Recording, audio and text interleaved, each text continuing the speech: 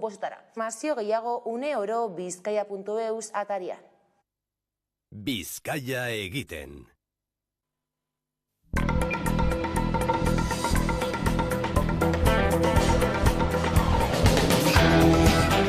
Elisabeth Born Frantziar lehen ministroak joan den urtarrilaren 10ean iragarri zuen pentsio erreformari erantzuna emateko sindikatuek greba eta mobilizazio eguna deitu dutela gaurko. Sindikatuek goizeko 10:30 Baionan antolatu dute mobilizazio nagusia. Izan ere, Euskal Herri osoari eragiten dioten pentsioek erreformak abian daude. Naiz eta aurrek urteetan abiatutakoak ez diren oraindik erabat ezarri. Bere proiektua aurkeztu du dagoeneko Frantziako gobernuak eta gaurko protesta egunak iritzia aldarazten ez badio datorren astean onartuko du asmoa. Aldaketak oraindik posible direla esan zuen atzo Bruno Le Maire finantza ministroak, beti ere defizita ezabatzen badute. Espainiako gobernua berriz egin nahi dituen aldaketak babestuko dituen eragile sozial baten bila dabil oraindik.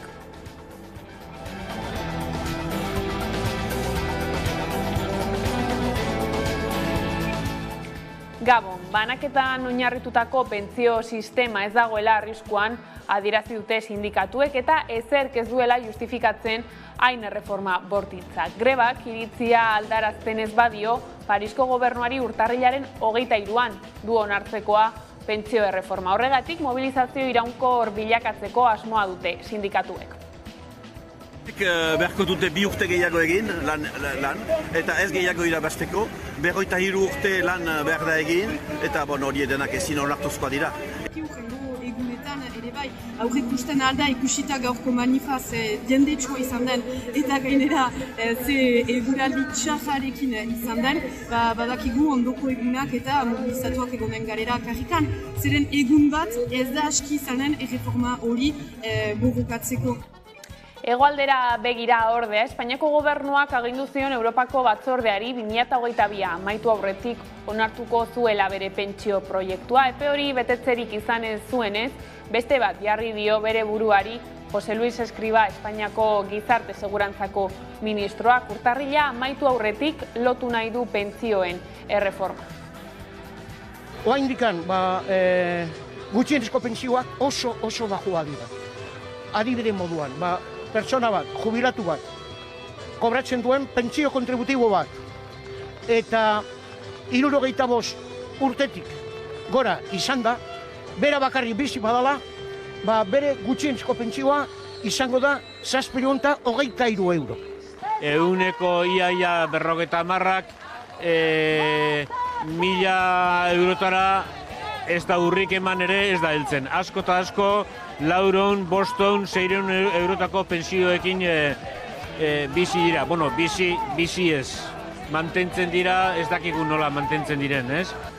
Errefuxiatuak hartzeko Espainiako gobernuak Gasteizen eraiki nahi duen zentro berriak polemika bizia sortu du EAJaren eta PSren artean. Aste hasieran jakin zen Espainiako gobernuko migrazioen estatu idazkaritzak erabaki duela nazioarteko babeserako harrera zentro bat irekitzea Gasteizen, Arana klinikaren eraikin zaharrean. Eusko Jaurlaritzak bingen zupiria eledunaren ahotik eta EAJak berak egitasmoa baztertu dute, besteak beste errefuxiatuei harrera egiteko Jaurlaritzaren ereduaren aurka doalako. Gurean, Leixuri Arrizabalaga EAJako legebiltzarkideak iritzi dio gaiari.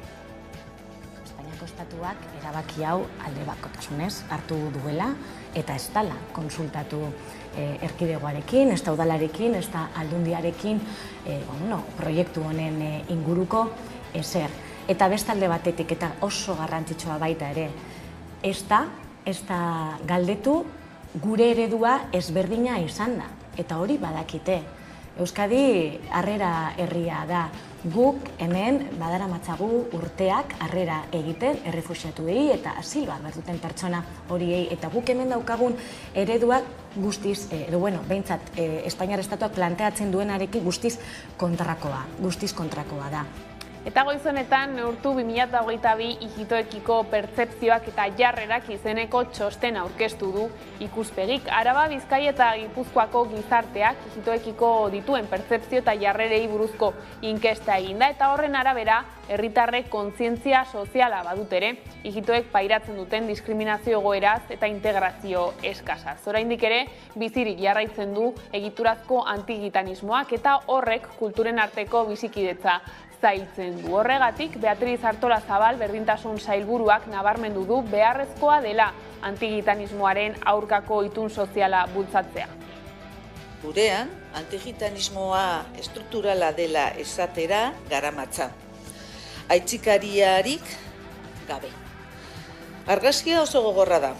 Estereotipoetan oinarritutako ideiak gure artean dihardute eta diskriminazioa jarreren maila altuak daude oraindik Euskadin. Neurri berean baina jakin badakigu diskriminazio egoerak pairatzen dituztela ijitoek eta gure gizarteak egoera hori gaitzesten du. Ez dugu bereizkeria sostengatu nahi. Kontzienteak gara. Lana daukagu aurretik beraz eta horretan dihardugu. Krisia ez da amaitu, baina konponbidean jartzeko zumea jarri dituzte. Donostia ospitaleko hainbat langileren eta Osakidetzako buruzagitzaren artean, abenduaren hasieran sortutako gatazkan jarrerak hurbildu zituzten atzo bi aldeek. Donostialdeko esi erakunde sanitario integratuko langileek Osakidetzako zuzendaritzarekin dituzten desadostasunak bideratzeko batzarra izan zen eta Osasun Sailak jakitera eman zuenaren arabera auzia konponbidean dago neurri handi batean. Ia 4 orduko bilera egin zuten goizean Donostia ospitalean bertan. Krisia bideratzeko asmoz, azken hilabetean egindako bigarren bilera izan da.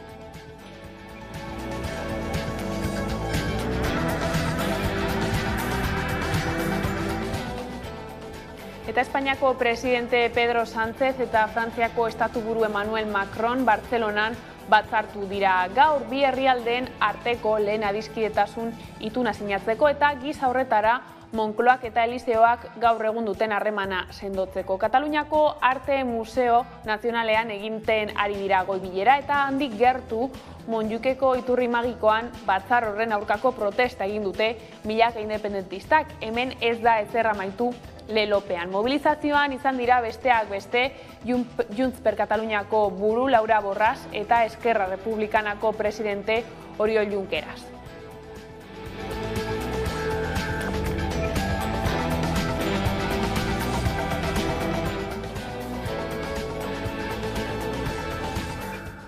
Eta denboraleaz ere hitz egin beharra daukagu, izan ere, elurra izan da gaurko protagonista puntu askotan. Euskal Herritar asko pozik dauden arren, lanera edo ikastetxera joan behar duten horiek ez dute berdin pentsatzen. Izan ere, eguraldiaren ondorio zenbait errepide itxi behar izan dituzte eta beste hainbatetan trafikoa mugatu dute. Uholde arriskuak bera egin du ibaien emaria zaintzen jarraituko duten arren.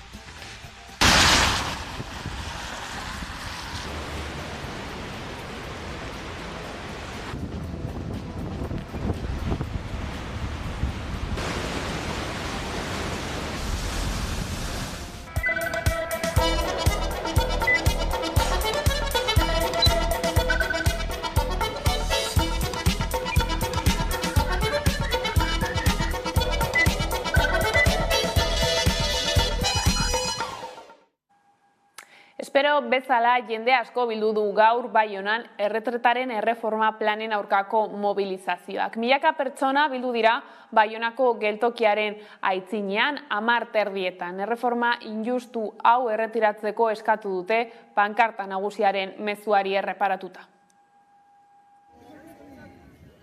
Emmanuel Macron presidentearen gobernuak aurrera eraman nahi duen pentsio erreformaren aurka egiteko milaka lagun kalera atera dira Baionan. Aurreikuspenak bete dira eta mobilizazio jendetsu egin dute. Horrekin, denek gehiago lan egin beharko dugu gutxiago irabazteko eta beranduago joaiteko erretretara orduan. Bada, segen nagusi bat zen eta dirua bada. Eta gerozta gehiago batzuentzat eta hor mugizten dute jende sumentzat. Beharko dute 2 urte gehiago egin lan eta ez gehiago irabazteko. 23 urte lan behar da egin eta hori denak ezin onartuzkoa dira. Banaketan, oinarritutako pentsio sistema ez dagoela arriskuan adierazi dute sindikatuek eta ezerk ez duela justifikatzen hain erreforma bortitza. Eta ez da lehenik kutsa, ez da hutsa, ez da zilo handirik eta orduan etzen bat ere presarik. Eta sistema kinkalarrian dela, hori ere ez da errealitate bat. Frantzian langileen kotizazioek ordaintzen dituzte erretiroan dauden pentsioak, bizi esperantza igo denez, oreka arriskuan dagoela dio Parisko gobernuak. Hala Elisabeth Borne lehen ministroaren esanetan, pentsio erreformaren helburua da egungo sistema zaintzea. Baina datu horiek ezeztatu dituzte askok. Eta Frantziako seguridade sozialeko defizita gutxitzen junda azken 5-6 urtetan, nahiz eta pandemia bat egon, horrek esan nahi du gutxiago gastatu dula edo inbertitu dula estatuak nolabait sistema hori atxikitzeko. LAB sindikatua ere batu da protestara eta eskatu du erretiro hartzeko adina 60 urtera itzultzea 37,5 urteko kotizazioarekin. Eta gutxieneko soldataren araberako pentsioa aldarrikatu du gainera.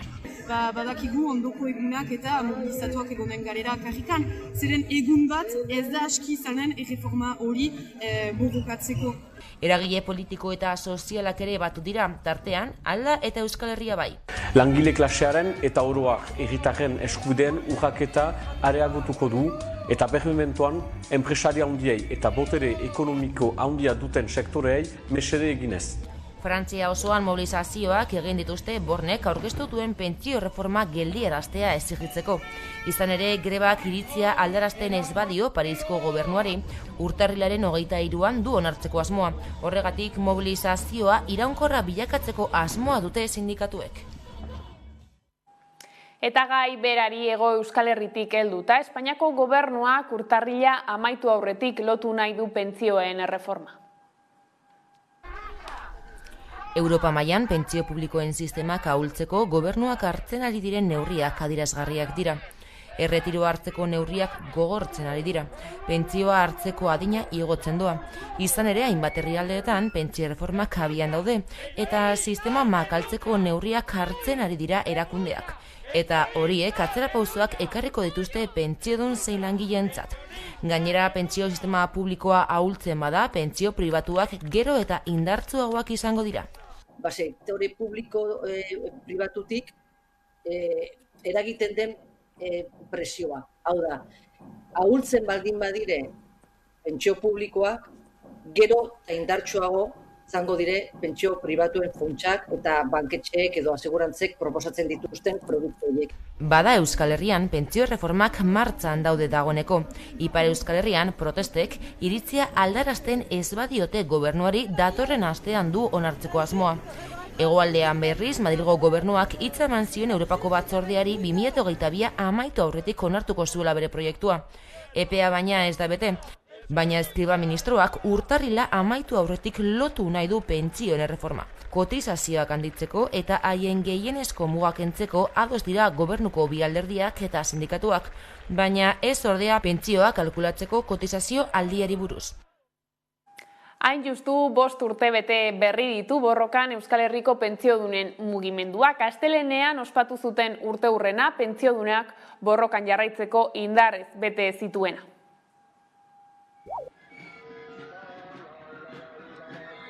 5 urte bete ditu Euskal Herriko pentsiodunen mugimenduak. 5 urte hainbat mugimenduetan eulitakoek mezu anonimo bat jaso sustanetik Bilboko udaletzearen atarian biltzeko.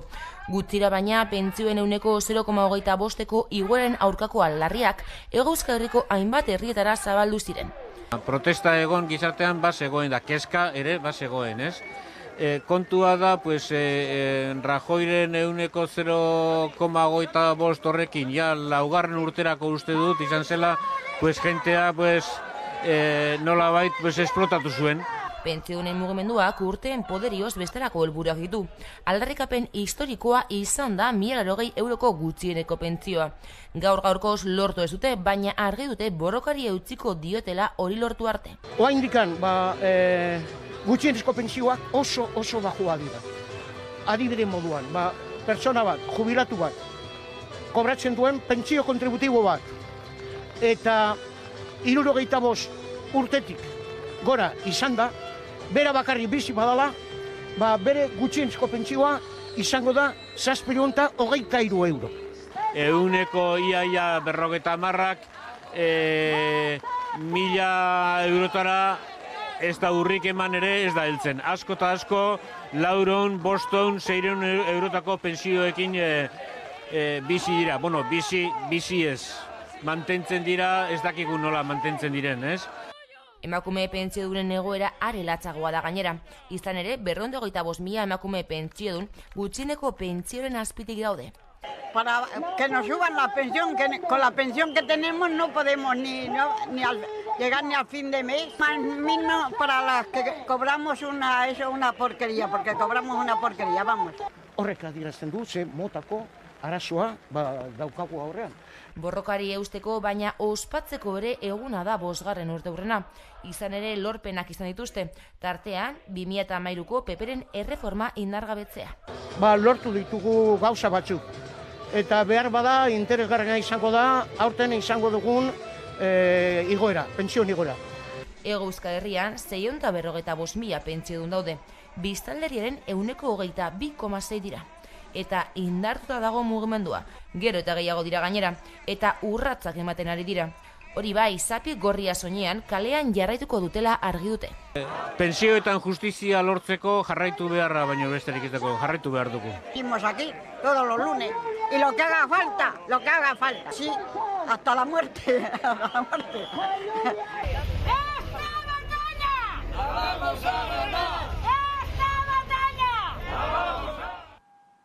Gai aldatuta Osakidetzako zuzendaritza nagusiak eta Donostialdeko esiko ordezkaritza batek bilera egin zuten atzo, profesional sanitarioen erreklamazioei heltzeko. Medikuek esana zuten beraien helburua zela osasun saila hitzetatik ekintzetara pasatzea eta espero zutela batzarrean erantzuna ematea abenduan mahai gainean jarritako 5 eskariei.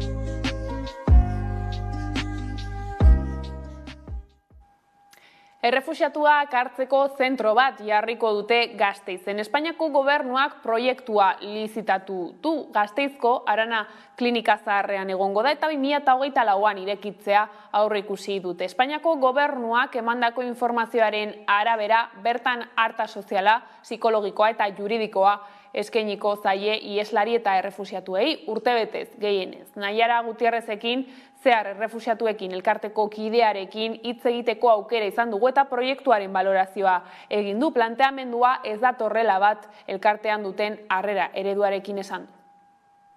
Momentuz gaiaren inguruan daukagun informazioa nahiko eskaza da, baina printzipioz planteatu dena ez dator bat zeharretik planteatzen dugun harrera ereduarekin. Horrelako zentro handiak eta epe luzeetarako egonaldiak ez datoz bat aspaldi planteatzen ari garen horrekin. Gainera, Euskadin urteak daramatzagu harrera eredu honetan lan egiten, aktore ezberdinekin, elkarlanean, bai erakunde publikoekin, zein elkarteekin, eta proposamen hau printzipioz ez doa hildo horretatik behintzat orain arte daukagun informazioaren harira. Oraindik ez dakigu gainera zein izango den zentroaren helburua, behin-behineko lehenengo harrera bat emateko izango den, edo humanitarioa, eta informazio hori eukitzea garrantzitsua da balorazio bat egiterako orduan. Estatuko harrera ereduan gainera pertsonak erkidego batetik bestera mugitzen dira normalean, eta nahiko maiz, eta hemengo ereduak erkidegoan dauden pertsonen harrera planteatuko luke. Orduan daturik gabe ezin dugu baloratu Gasteizko zentro hau egun dauden harrera baliabideen osagarria izan liteken edo ez. Eta indarkeria matxistaren biktima diren emakumeen arreta hobetzeko akordioa sinatu dute gaurko egunean. Euskal Erakundeek sinatu dute Iñigo Urkullu lehendakaria buru izan duen ekitaldi instituzional batean. Akordioaren helburua da tratu txarren eta sexu erasoen biktimen arretan inplikatuta dauden erakundeen arteko koordinazioan aurrera egitea.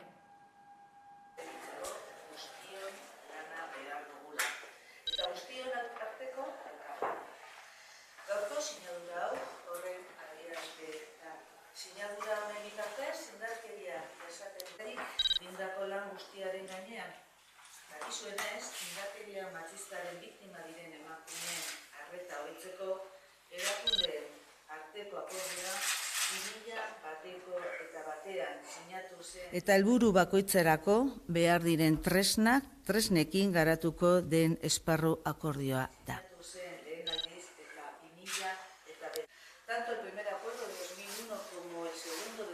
Hau da, gizarteari eta bereziki indarkeriaren biktimei bidali nahi diegu mezua. Lehentasuna da guretzat biktimen beharrei erantzutea. Ahalik eta modu eraginkorrenean eta beraientzako modu seguru eta erosoenean.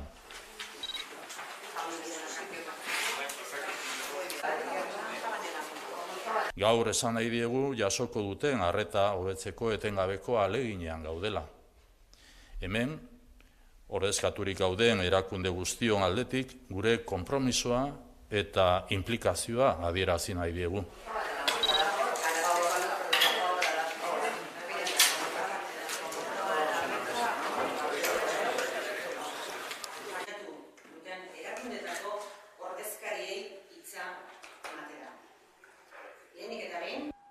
Eta pandemia aurreko zifrak gainditu egin dituzte 2022 urtean Arabak, Bizkaiak, Gipuzkoak eta Nafarroak turismoari dagokionez. Bestelako turismo mota bat jasangarria eta tokiko ekonomia zein ingurumena zaintzen dituena bada Nafarroako zein EAeko gobernuak azken urteetan indartzen ari duten formula. Eta horixe da Fiturren beste behin defendatu dutena.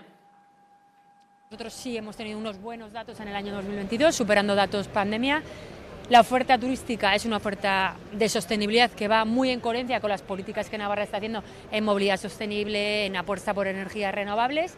Y desde luego que las expectativas para el año 2023 pues también son buenas. Bueno, yo quiero primero felicitar al gobierno, al sector turístico en Navarra, primero por su resistencia. No han sido años fáciles, pero como digo, de todas las crisis hay oportunidades que hemos sabido aprovechar y hoy llegamos a 2023 con unos datos de cierre del año 22 estupendos, como decía, extraordinarios en el conjunto de España y particularmente en Navarra, que ha superado efectivamente los niveles prepandemia. Eso pone de manifiesto que se han hecho bien las cosas. Turismo jasangarria bai, baina gastronomia ere bada hegoaldeko indargune garrantzitsu bat. Ikus dezagun.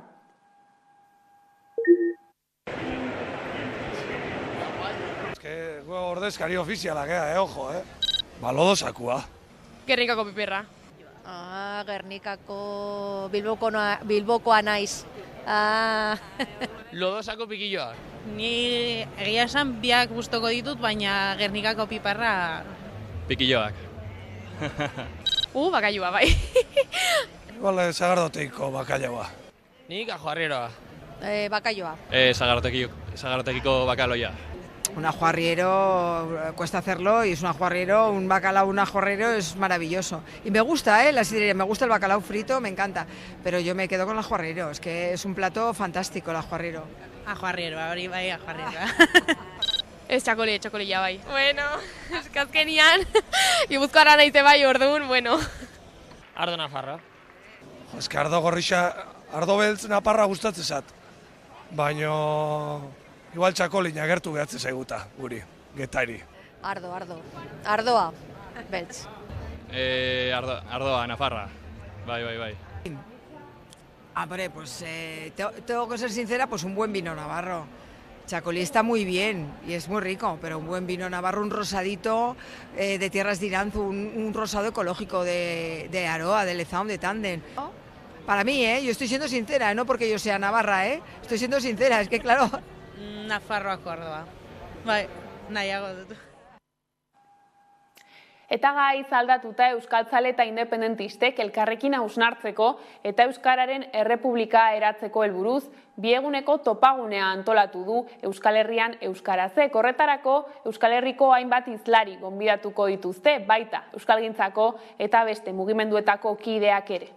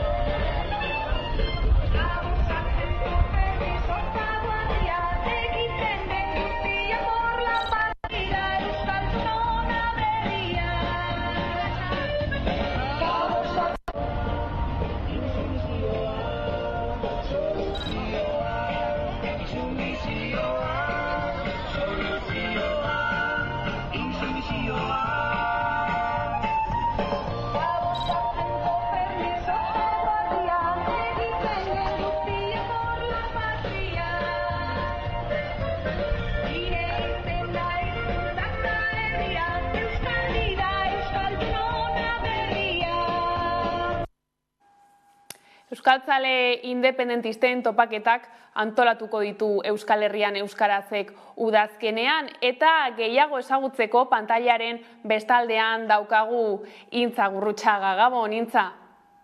Kaixo, Gabon. Bueno, esan bezala Euskaltzale independentisten topaketen lehenengo edizioa antolatu duzue udazkenerako. Zein helbururekin? Bueno, asmoa da euskaltzaleak eta independentistak elkartuko dituen topaketa batzuk sortzea, non pentsatuko duten euskalgintzako egoeraren inguruan, eta horixe da pixka bat asmoa. Euskal Herriko hizlariak izango dira, bai euskalgintzakoak eta baita beste mugimendu batzutan dabiltzan kideak ere, eta elkarren ondoan eseri, elkarri entzun, elkar elikatu eta indarrak bateratzea izango da helburua. Abenduan ere Durangon manifestazioa egin zenuten, hizkuntza politiketan jauzi bat eskatu zenuten, egun horretako zer nolako balorazioa egiten duzue? Bai, hori 2021ko abenduan izan zen, beraz pixka bat ja urrun geratzen zaigu, baina balorazioa positiboa izan zen. Hain justu pandemia garaian aldaketa batzuk egon dira Euskal Herrian euskara zen, bai oinarri ideologikoa eta baita antolakuntza eredua ere berritu genituen, eta hor etorkizuneko apustu estrategiko nagusia zehaztu genuen, Euskararen Errepublika aldarrikatzea hain justu, eta Durangon horixe aldarrikatu genuen. Gai anitz ere jorratuko dituzue datozen topaketetan, zeintzuk dira ekarpenak eta zeintzuk dira baita ere eskakizunak? Bai, guk mai gainean galdera desberdinak planteatuko ditugu, beraz, topaketa horietatik, ekarpen desberdinak jasotzea izango da asmoa. Alde batetik hausnartuko dugu, euskalgintzatik independentziaren prozesuari zein ekarpen egin behar zaizkion zehaztea, gaur egun euskalgintzan ditugun ahuleziak eta indarguneak zehaztea, eta baita ere intersekzionalitatearen ikuspegitik mugimendu desberdinetan dabiltzanekin hitz egin eta elkarrekin zein aurrera pauso eman ditzakegun adostea. Esan genezake orduan Euskararen errepublikaren bidean urratsak egin direla azken urteotan? Hori gaur egun inpas egoera batean gaude, Euskararen erabilera estankatuta dago eta ezagutzaren bilakaera oso motela da. Beraz, hor estrategia berri batzuk garatu eta martxan jarri beharko dira. Eta zentzu horretan, erakunde publikoek hartzen dituzten edo martxan jartzen dituzten politikak erabakigarriak izango dira. Gero baita ere ikusten ari gara, oldarraldi judizialen garaian gaudela, epaitegietatik Euskararen aurkako epaiak datoz, Orkoienen, Iruren, Barakaldon, adibide ugari ditugu, eta ikusten ari gara, horiei erantzutea beharrezkoa dela. Ze bai Espainiako eta bai Frantziako estatuak hizkuntza politika egiten ari dira eta ezin du horrek erantzunik gabe geratu. Hala ere, ikuspegi positiboa ere badugu, herri mugimenduetatik ikusten ari gara berraktibazio bat, bai azterketak euskaraz, pantailak euskaraz, gazte euskaltzaleen sarea. Beraz, ikusten dugu gogoa badagoela eta etorkizunari begira nondik heldua ere badugula. Lehen komunitatearen bilkura irekia egingo duzue larun batean zenperen, zeintzuk izango dira urrengo urratsak?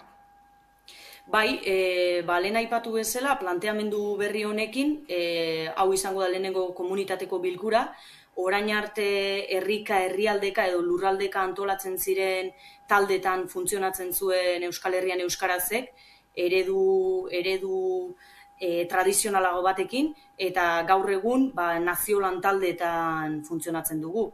Eta lantalde horien helburua izango da momentuko beharrei erantzutea, baita ere barne prozesu horretan finkatu ziren lan ildoei ahalik eta ondoen erantzutea, eta Euskararen alderria plazaratzea, eta Euskararen errepublika eraikitzeko prozesu horretan ahalik eta herritar gehienen atxikimendua lortzea.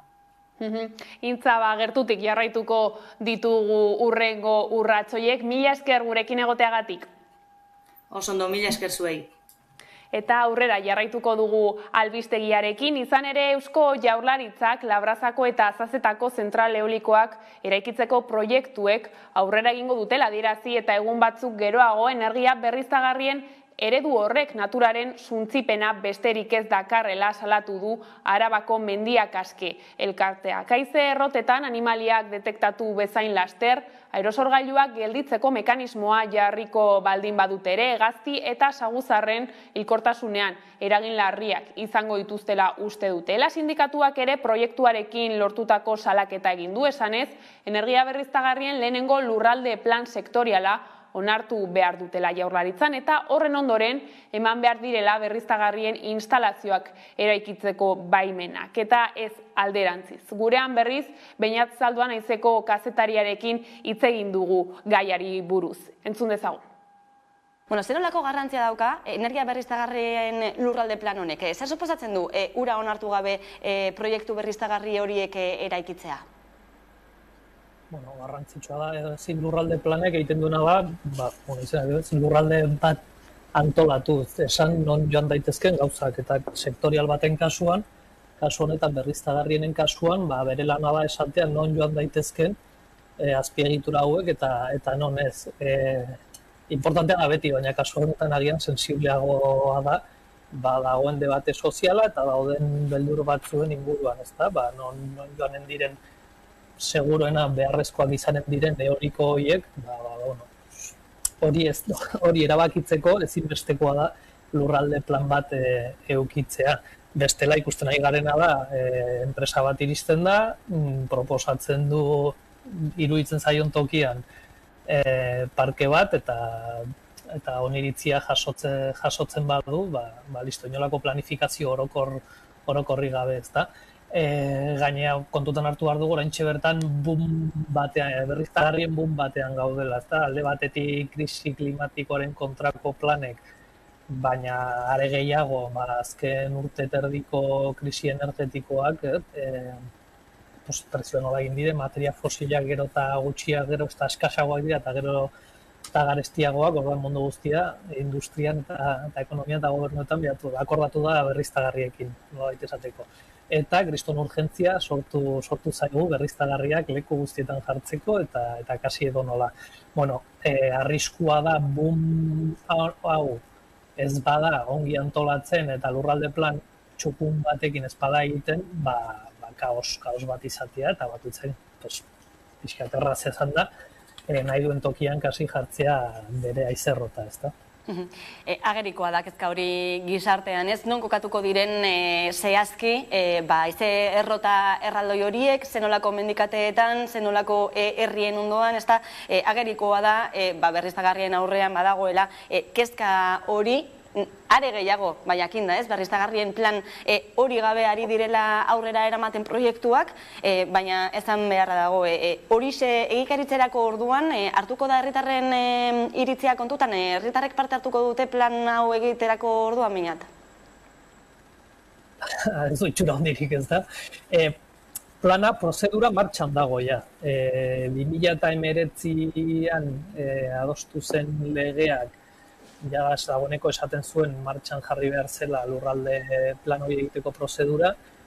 2 urte beranduago Tapia sailburuak sinatu zuen agindua, martxan jartzeko agindua, baina orain hemendik gutxira 2 urte beteko dira prozedura hori martxan dagoela. Hiritarren parte hartzea orain arte izan da nuloa, bere sailak bere webean konsultatzen bada, ikusten du ez, apartado bat bere webgunean, apartado bat dagoela, hiritarren iritziak eta aportazioak jasotzeko. Gero irakurtzen dituzu parte hartze prozesuen memoriak eta hortik ez da inor sartu, ez da. Ez da bat ere erraza parte hartzea horrelakoetan, behintzat norbanakoentzat. Gero egia da, agente desberdinek badutela beste espazio bat, euren iritzia plazaratzeko. Eta osartzen dira, bai enpresak, baina baita ekologistak martxan, edo beste talde ekologista batzuk. Baina azkenean esanen nuke erabakitze prozesu nahiko opako eta nahiko burokratiko eta nahiko pixkat gizartearekiko bizkarrez egindako prozesu bat dela. Orduan, eszeptikoa naiz. Baina honek ere esanen nuke bi alde dituela. Prozedura ez dago egina hiritarren parte hartzea errazteko, eta hori administrazioaren akats serioa da, eta hori mendatu beharko litzake, baina aldi berean uste dut hiritar bezala ez gaudela oso ohituta gure konsumo energetikoaren kargu egitera, ez da, nondik datorren, zenbat konsumitzen dugun, nondik nahi dugun etortzea konsumitzen dugun energia hori. Nik uste dut etorkizunerako bi aldeko administrazioek askoz gehiago erraztu behar dute eta sustatu behar dute parte hartze hori, baina hiritarrok ere badaukagu lana. Puntu hor da. Alde batetik egongo litzateke kezka hori, ez? Non kokatuko diren, zenolako ingurumen inpaktuak izango dituzten horrelako proiektu handiek geroz eta gehiago ikusiko ditugunak eta geroz eta gehiago etorriko direnak, baina baita ere ereduarekin, zenolako eredua dagoen mahai gainean, eta ez da kasualitatea Tapia andereak edo Tapia sailburuak iragarritako bi parke eoliko hauek nork ezarriko dituen, ez? Zuzen ere Iberdrolaren esku dagoen Aizendar konpainia berriro ere eredu publiko-pribatu hori indartzen. Bai, hala da. Honek prebia behar du, eta Euskal Herrian, bai Nafarroan baiaen gertatu den historia oso triste bat da, berriztagarriekin gertatu dena. 80ko hamarkadako amaieran eta gehien bat 80ko hamarkadan bai EHN Nafarroan, bai Eolikas de Euskadi, bai Gamesa pribatu dantzen, baina aintzindariak izan ziren, baina ez bakarrik estatu mailan, Europan eta inkluso munduan. Nafarroako EHN-ek, Energia Hidraulika de Navarra publikoak, 2000 urtetan gutxian, Financial Timesek emandako enpresa berriztagarri, munduko enpresa berriztagarri onenaren saria jaso zuen. Pentsa non gauden den. 2000 urtetako hasierako olatu pribatizatzaileak egin zuen EHN-eren kasuan akzionak erostea, Gamesa handiago batek erosi zuen, Siemensen, eta EAN, Eolikas de Euskadi, sortua zela erdia Euskadiko Energia Erakundearena eta erdia Iberdrolarena, Gasteizko gobernuak bere partea erosi saldu zion Iberdrolari, beraz, orain dena da Iberdrolarena. Aixendarrena ikusten dugunean, oso erraza da Eolikas de Euskadirekin akordatzea, eta orduan ikustut, gaur egun ez dago publikotik horrelako parkeak martxan jartzeko beharraina indar eta ezagutza esanen nuke, baina garrantzitsua da ere azken urtetako eskema publiko-pribatu hau gainditzea. Alegia, beharrezkoak izanen dira ziurrena enpresa pribatuekin akordioak eta elkarlanak, hori horrela da, eta realista izan behar gara horretan. Eskatzea egunean berriztagarri publikoak nahiko komplikatu da bentsi bertan. Baina saiestu behar dena da, errentagarriak direnean, instalazio azpiegitura horiek errentagarriak direnean, erakunde publikoek garbitu, pribatuei eta azpiegitura horiek saltzea eta guko egitea batetik diru askori, errentagarriak direlako, eta bestetik ere bat. Eta azkenean, azpiegitura estrategikoak dira, azkenean ikusi dugun bezala, eta ez dira geratu interes publikoa oso aztuta duten enpresa pribatuen esku. Hori da nik uste dut bermatu behar dena, eta ez zaten duke nahi daudela. Deitza eta Aixindar eta orainako Azazeta eta Larrazako parkeek ez dute interdikitera bermatzen hori horrela.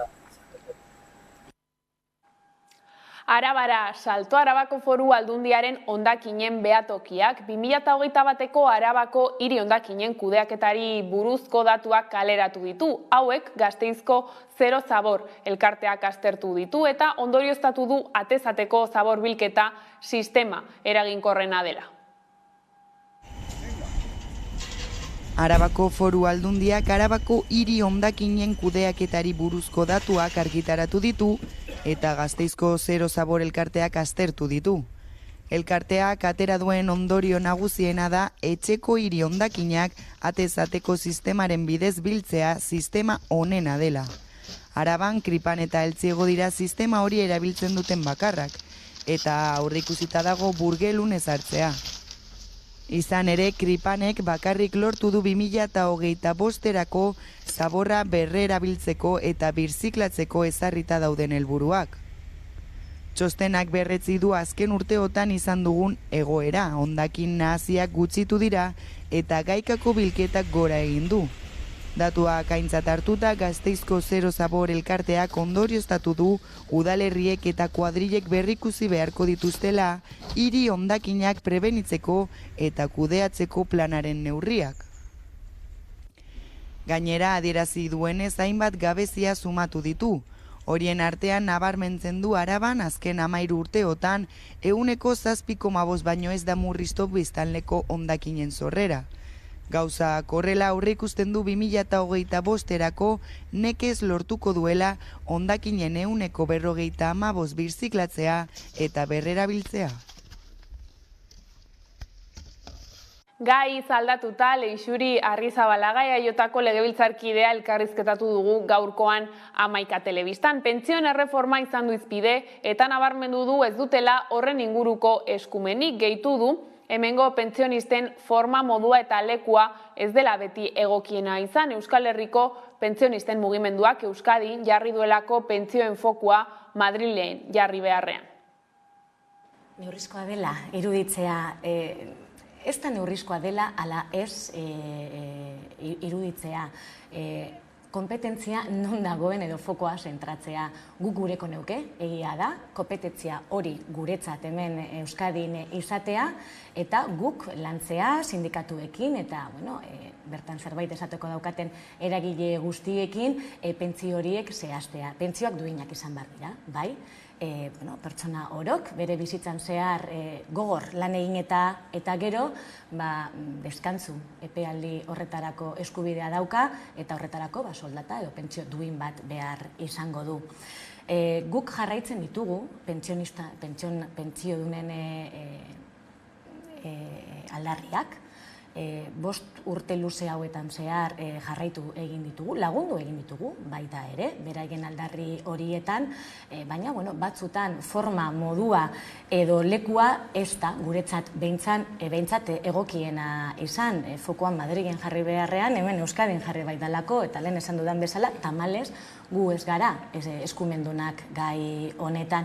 Gureko geunke Espainiar estatuak bere lanak egoki egingo balitu gai honetan baita ere, eta afera hau, urte askotako afera da, honi behintzat behingoz irtenbide bat topatzea, irtenbide duina, irtenbide adostua, eta niri gaur egunean gehien larritzen nagoena da pentsioen bermatzea. Horien bermatzea gaur egunean, eta guazen hitz egitera, guazen jarrera alderdikoiak alde batera iztera, eta aurrera pausu horiek ematera. Hala ere, egia da, ni Frantzian egonda nago inoiz bertan manifestaldietan, eta bertako sindikagiltza eta manifestazioak, eta horrelako eragileak oso modu bortitzean egiten dira. Nahiago dut egia esan, hemen Euskadin, aldarriak sendoak dira, baina askoz ere lasaiagoak izaten direlako. Horrez gain, indarkeria matxistari aurre egiteko neurri berriak izan ditu hizpide, eta azpimarratu du Euskal Erakunde guztiek gaitz horri aurre egiteko apustu irmoa egiten dutela. Biktimei arreta eta laguntza emateko ezinbestekotzat jo du erakunde ezberdinen, erakunde barruko departamentuen elkarlana eta baliabide ekonomikoak eskaintzea. Nik uste dut apostua hemen Euskadin pasadan urtean, 2022ko martxoaren 3an onartu genuen berdintasun legearen moldaketa hori da, honek ezartzen du zein dan helburua, eta gainera titulo aldatu genuen, titulo honi gainera jarriz gizon eta emakumeen arteko berdintasuna, gehi indarkeria matxistari gabeko bizitzak nahi genituela, jasotzen zuen titulo horrek. Beraz, helburua finkatuta dago, indarkeria matxistabako gizarte bat nahi dugu. Tamalez ez dugu lortu, 2022 oso gogorra izan da, indarkeria kasu eta maitzen inguruan, eta 2023 hasi berri duguna ere ez da izaten egia esan oso positiboa, aspektu horretan. Indarkeria kaso bat egonda, jada ezin gara erlajatu, baina egia da baita ere euskal erakundek, eta euskal esango dut kasu honetan, euskal erakunde guztiak hauek iritzeko lanean ari direla, konpromiso sendoa dutela eta benetan sinistuta daudela. Gaitz honi aurre egin behar zaiola. Gaitza dalako kasua da emakumeak erailtzen ari direla emakumea izateagatik. Eta premisa honetatik ez bagara irtetzen, ezin izango diogu erantzun on bat emon. Diagnostikoa egin beharra bada, oinarria hauze da, indarkeria existitzen dala, estrukturala dala eta generoa dauka, biktima emakumea dalako. Bestelako biktima batzuk, bigarren mailakoak eta barregon daitezke, baina biktima printzipala emakumea da, eta honi aurre egin behar zaio, dauden baliabide guztiekin. Eta gaiz aldatuta Donostian gaurko gaueko 12etatik biharko ordu berera bitarte, dozenaka konpartzek Gipuzkoako hiriburuko kaleak hartuko dituzte danborradari hasiera emateko.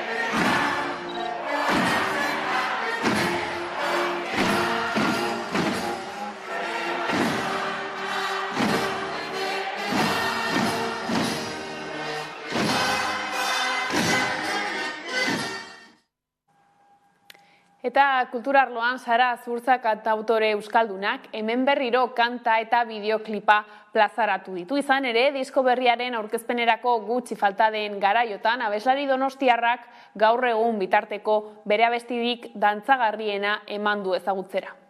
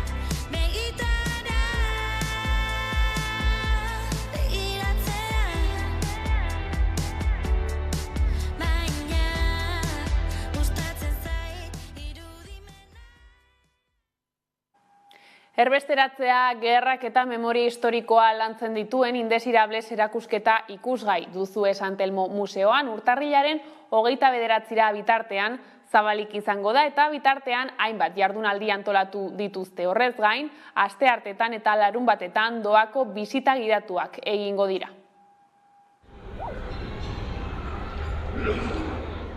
Hogeigarren mendeko milaka eta milaka errepresaliatuk pairatu behar izan zuten errealitate gordinaren inguruan gehiago jakin nahi baduzue, gerturatu San Telmo Museora, bertan Indesirables erakusketa ikusi ahal izango duzue disiplina anitzeko 16 artisten obrekin.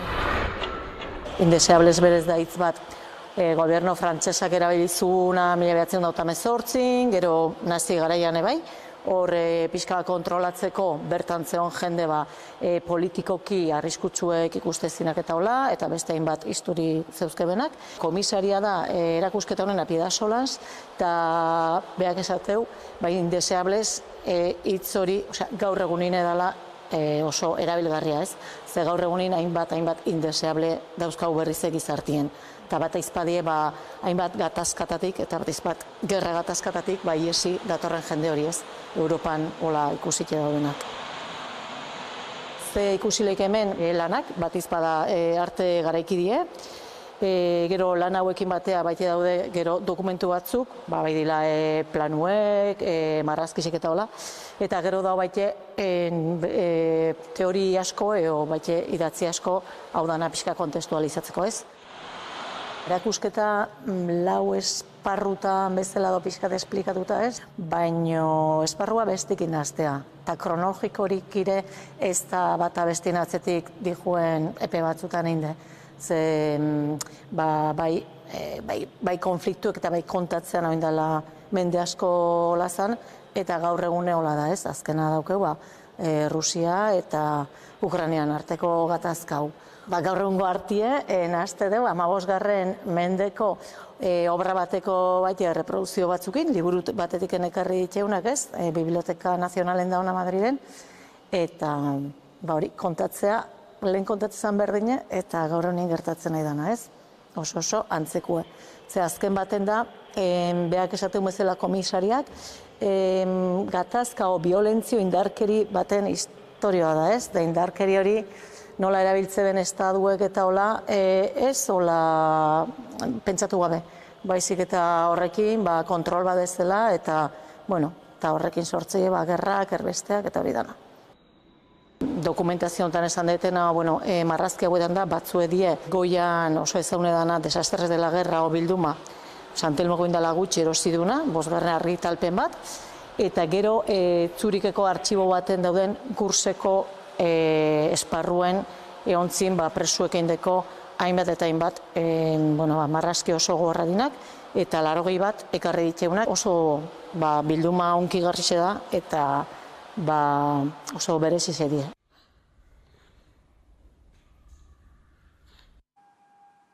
Eta aste honetako musika zuzenean saioan Neomak taldearekin egin dugu hitzordua argitaratu berri duen estudioko lehen diskoa ezagutzeko. Gaur gaueko 10:00 Hamaika telebistan ikusgai.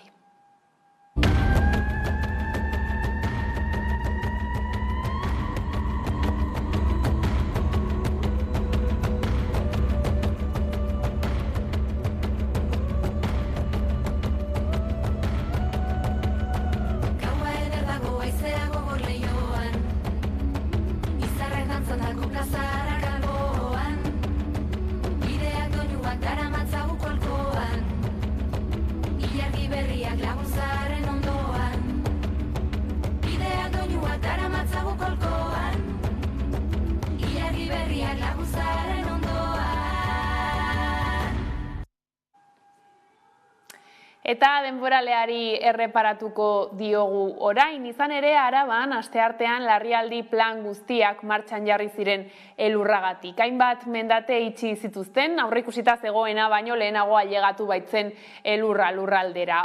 Ordea, hurrengo egunotan elurkotak gora egingo du eta elurra desagertzen joango da. Aurreikusita zegoen baino lehen agertu zen elurra, eguerdi partean Arabako eskualde batzuetara iritsi zen, baita Gasteizera ere. Hala ere, prezipitazioak txikiak izan ziren. Goizeko 4:00 hasi ziren lehen elur malutak erortzen Araba osoan eta Gasteizen. Landa eremuan eta errepideetan hiriburuan baina eragin handiagoa izan du elurrak.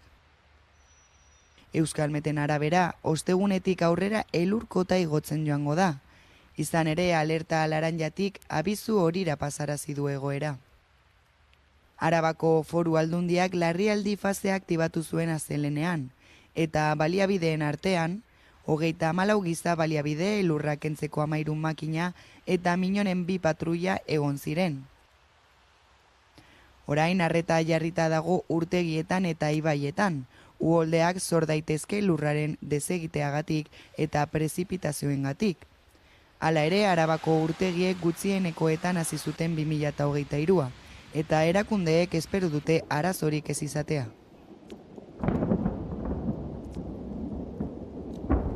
Elurrak eragina izan du herritarren egunerokotasunean, esaterako batzuek garraio publikora jo dute autoa etxean uzteko. Zer diote herritarrek ikus dezagun jarraian?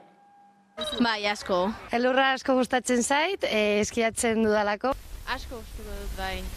Hori egiten duenean, pixka bat tristeza da baina, elurra egiten duenean posik zaude, ez dakit. Dena oso poitxa dago, ez dakit. Askoz divertirgarriagoa da. Bai, unibertsitatera etortzen naiz, 3 urte daramat etortzen eta urte hori ikusten hemen elurra eta asko gustatzen zait. Bai, superpolita da. Hombre, bolaren bat dago handik, baina ez dakit.